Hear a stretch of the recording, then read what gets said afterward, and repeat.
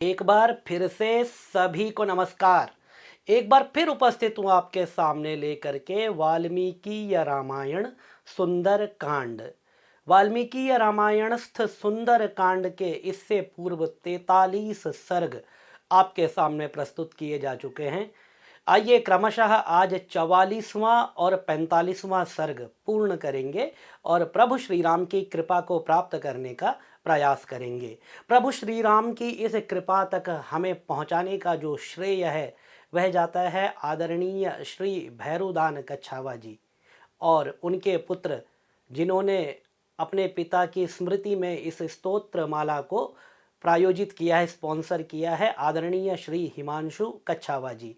तो बहुत बहुत शुभकामनाएं हिमांशु जी और हमारे प्रिय हनुमंत आपको भी। आइए आगे बढ़ते हैं और प्रारंभ करते हैं 44वां सर्ग। चतुश्चत्वारिंशः सर्गः प्रहस्तपुत्र जाम्बुमाली का वध। जैसे हम करते आए हैं, हम पाठ को एक सीक्वेंस में लेकर के चलेंगे। बहुत अधिक कहीं पर आवश्यक होगा तो हम शब्द को वहां पर 2-3 बार पढ़ेंगे, अन्यथा इस प्रकार से पाठ करेंगे कि आपको भी पाठ करने में साथ साथ कोई समस्या ना हो। संदिष्टो राक्षसेन्द्रेण प्रहस्तस्य सुतो बली जम्बुमाली महादंष्ट्रो निर्जगाम धनुर्धरः रक्तमाल्याम्बरधरः स्रग्वी रुचिरकुण्डलः महान् विवृत्तनयनश्चण्डः समरदुर्जयः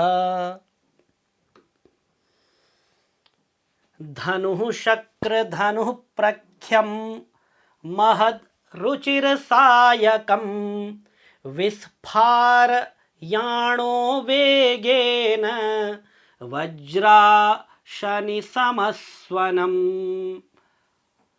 तस्य विस्फारघोषेण धनुषो महता दिशः प्रदिशश्च नभश्चैव सहसा समपूर्यत रथेन खरयुक्तेन तमागतमुदीक्ष्य सः हनुमान् वेगसम्पन्नो जहर्ष च ननाद च तं तोरणविटङ्कस्थं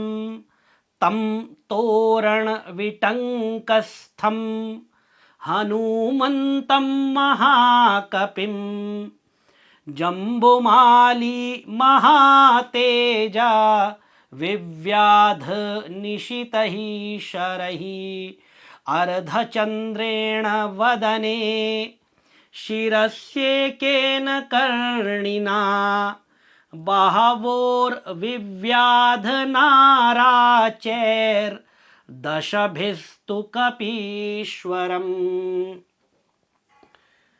तस्य तच्छुशुभे ताम्रं शरेणाभिहतं मुखं शरदिवाम्बुजं फुल्लं विद्धं भास्कररश्मिना तत्तस्य रक्तं रक्तेन रञ्जितं शुशुभे मुखं यथाकाशे महापद्मं सिक्तं काञ्चनबिन्दुभिः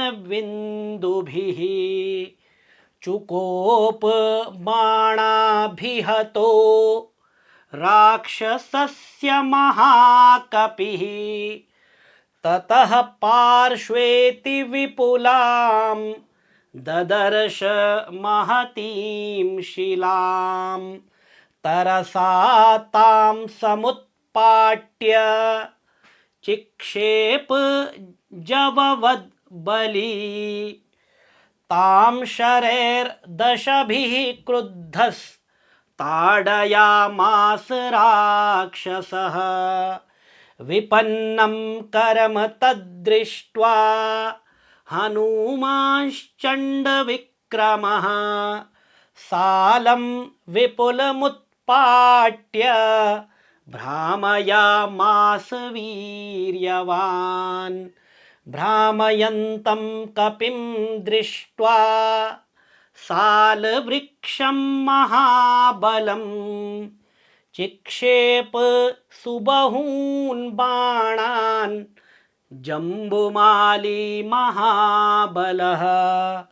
सालं चतुर्भिश्चिच्छेद वानरं पञ्चभिर्भुजे।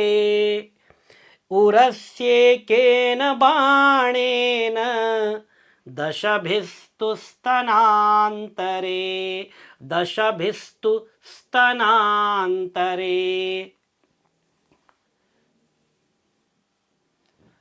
सशरैः पूरिततनुः क्रोधेन महतावृतः तमेव परिघं गृह्य भ्रामयामास वेगितः। अतिवेगोऽतिवेगेन भ्रामयित्वा बलोत्कटः परिघं पातयामास जम्बुमालेर्महोरसि। तस्य चैव शिरो नास्ति न बाहू जननी न च न धनुर्न रथो नाश्वास् तत्रादृश्यन्तनेशवः। सहतस्तरसा तेन जम्बुमाली महारथः पपात निहतो भूमौ चूर्णितांग इव द्रुमः। जम्बुमालिं सुनिहतं किंकरांश्च महाबलान् चुक्रोध रावणः श्रुत्वा क्रोध संरक्तलोचनः।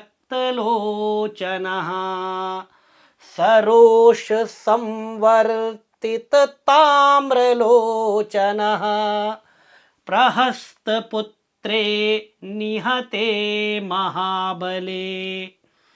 अमात्यपुत्रा नतिवीर्यविक्रमान् समादिदेशाशु निशाचरेश्वरः। इत्यार्षे श्रीमद् रामायणे वाल्मीकीये आदिकाव्ये सुंदरकांडे चतुश्चत्वारिंशः सर्गः। 44वां सर्ग पूर्ण हुआ। आइए प्रारंभ करते हैं 45वां सर्ग। पंचचत्वारिंशः सर्गः। मंत्री के 7 पुत्रों का वध। ततस्ते राक्षसेन्द्रेण चोदिता मंत्रिणः सुता निर्ययुर्भवनात् तस्मात् सप्तार्चिवर्चसः। महद्बलपरिवारा धनुष्मन्तो महाबलाः कृतास्त्रास्त्रविदां श्रेष्ठाः। कृतास्त्रास्त्र,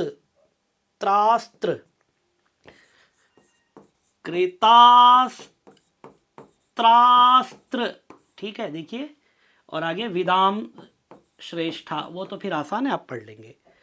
परस्पर जयेषिणः। परस्पर जयैषिणः। जयैषिणः थोड़ा बल लगा देंगे तो ठीक हो जाएगा, क्योंकि अन्यथा इस प्रकार के जो आई की मात्रा औ की मात्रा के उच्चारण है, यदि थोड़ा सा वहाँ पर बलाघात नहीं देते हैं तो गलत होने का चांस रहता है। इसीलिए भाषा विज्ञान के हम इस रूल को यहाँ पर फॉलो करें। हेमजाल परिक्षिप्तैर ध्वजवद्भिः पताकिभिः तो यदस्वन निर्घोषैर वाजियुक्तैर्महारथैः तप्त कांचन चित्राणि चापान्यमित विक्रमाः विस्फारयन्तः संहृष्टास्तडिद्वन्त इवाम्बुदाः जनन्यस्तास्ततस्तेषां विदित्वा किङ्करान् हतान् बभूवुः शोकसम्भ्रान्ताः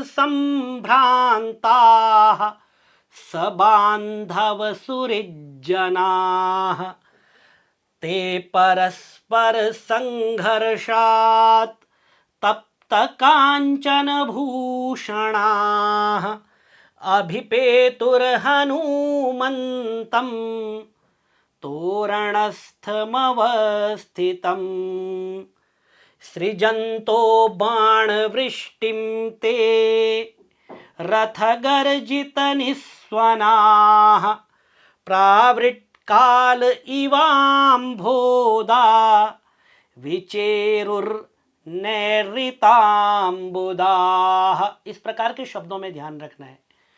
अवकीर्णस्ततस्ताभिर्हनुमान् शरवृष्टिभिः अभवत् संवृताकारः शैलराडिव वृष्टिभिः सशरान् वञ्चयामास तेषामाशुचरः कपिः रथवेगांश्च वीराणां विचरन् विमलेम्बरे सतैः क्रीडन् धनुष्मद्भिर्व्योम्नि वीरः प्रकाशते धनुष्मद्भिर्यथा मेघैर्मारुतः प्रभुरम्बरे सकृत्वा निनदं घोरं त्रासयंस्तां महाचमूं चकार हनुमान् वेगं तेषु रक्षसु वीर्यवान् तलेनाभिहनत् कांश्चित् पादैः कांश्चित् परन्तपः मुष्टिभिश्चाहनत् कांश्चिन् नखैः कांश्चित् व्यदारयत् प्रममाथो रसा कांश्चित्। अच्छा ऐसे कीजिए, कांश्चित करेंगे तो ऊरुभ्या करना पड़ेगा, तो ऐसे कीजिए प्रममाथो रसा कांश्चि, यहां पर रुक जाइए।